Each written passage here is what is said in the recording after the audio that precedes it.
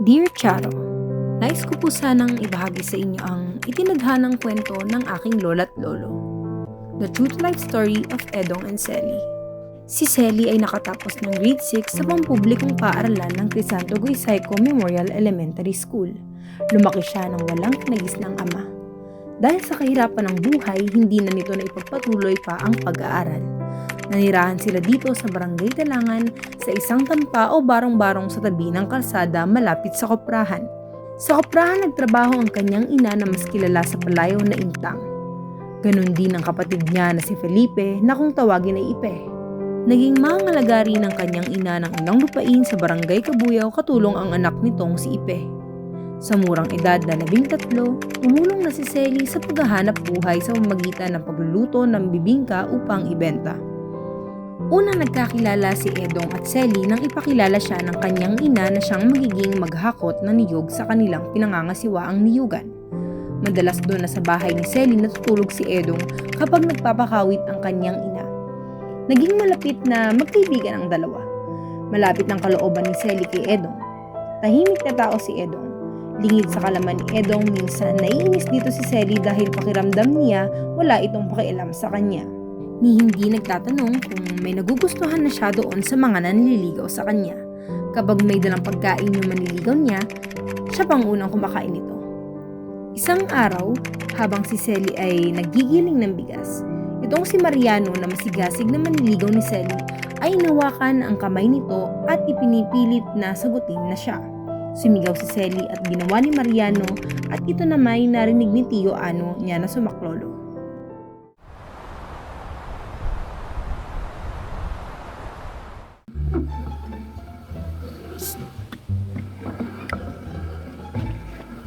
Selly! Uy, Selly, ba't di ka namamansin? Hindi mo ba nakikita ang ginagawa ko? Selly? Sagutin mo na ako. Nay! Ano nangyari? Hinawakan niyo po yung kamay ko. Pinipilit na sagutin ko siya. Salang baga pamangkin ko. Opo.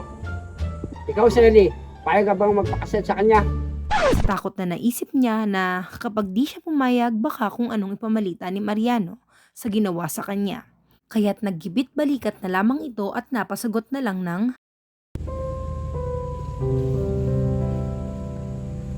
Sige po. Sige, kaulin mo ang mga magulang mo para mapag-usapan ng kasal. sa labis na lungkot sa nagawa nitong desisyon, dinaan niya na lang ito sa pag-iyak. Sa hindi inaasahan, habang siya ay may ginagawa, dumating si Edong mula sa pamamaril ng ibon.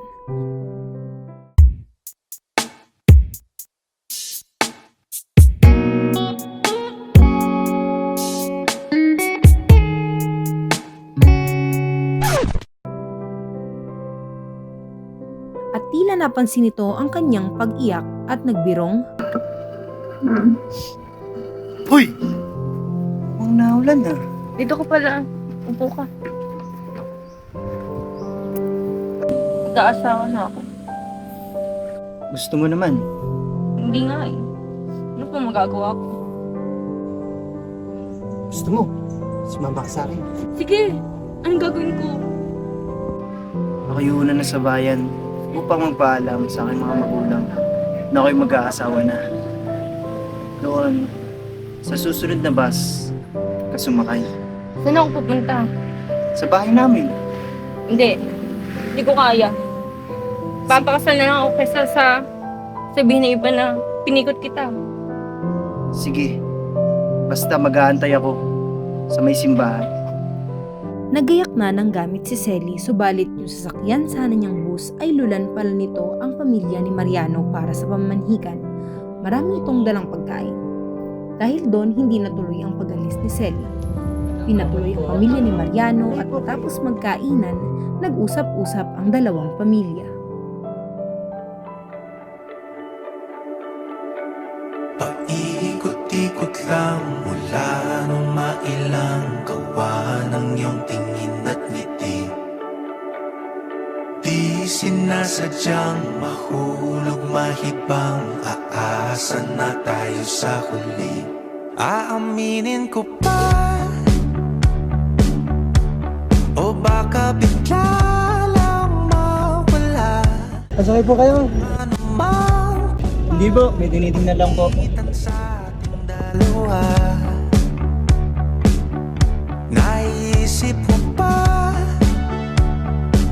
sa mga oras na tayo'y magkasama, kung ano Pasakay po kayo. sa Hindi po. Titingnan lang po namin kung nakasakay dyan yung aming ano eh. Po, okay na po. Samahan mo nga ako. At balita ko yung dinadayo ng pamalingan si Sele. Sige, samahan kita. Magandang hapon po, kami po ang pamilya ni Mariano. Nandito po kami upang hingin ang kamay ng iyong anak si Selly. Ito nga po ang aking mga kapatid. Magandang hapon po.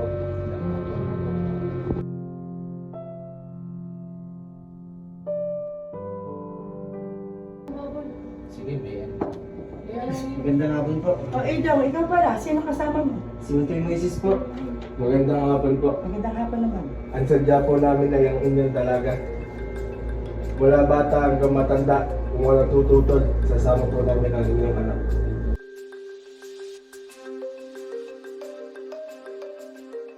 Teka, Araceli, sino ba talaga gusto mo? Si Dong po.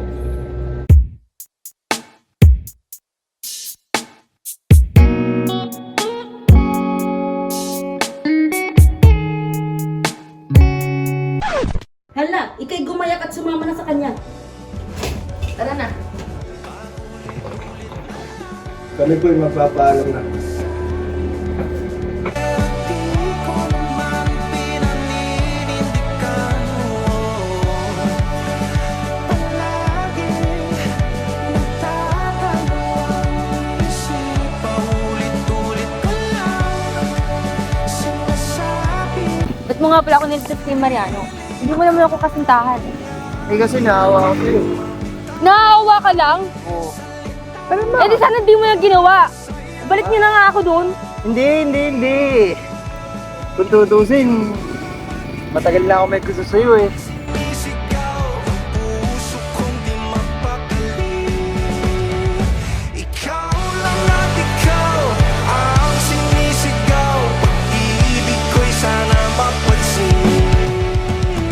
Araw Kinabukasan din ay nasikaso na ng pamilya ni Edong ang kasal ng dalawa. Sa ika-4 na araw ay kinasal sila sa simbahan ng Romano. Bantay ang simbahan ng mga barkada ni Edong kasama si Utoy Moises dahil nga sa napabalitang aagawin si Selly sa kasal nito.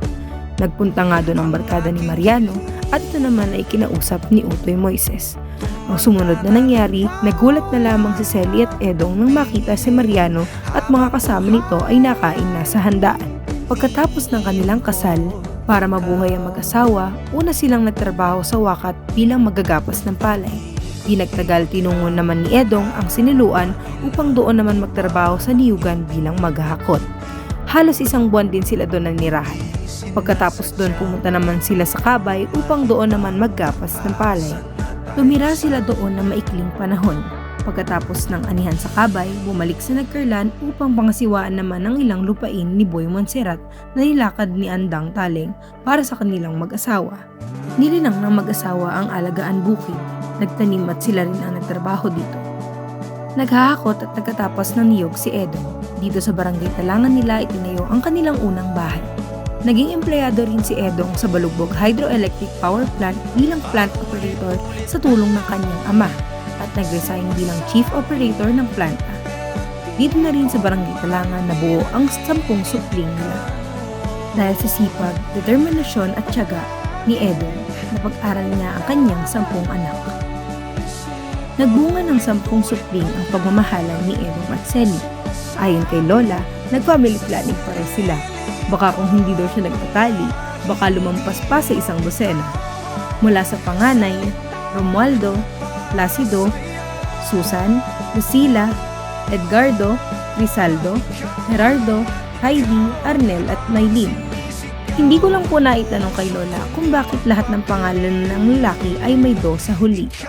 Napapaisip tuloy ako, baka kaya dumami, ang laging sagot ni Lola ay yes I do. Sa kasalukuyan, ang buong pamilya hanggang sa kaapu-apuhan ay umabot na ng 86.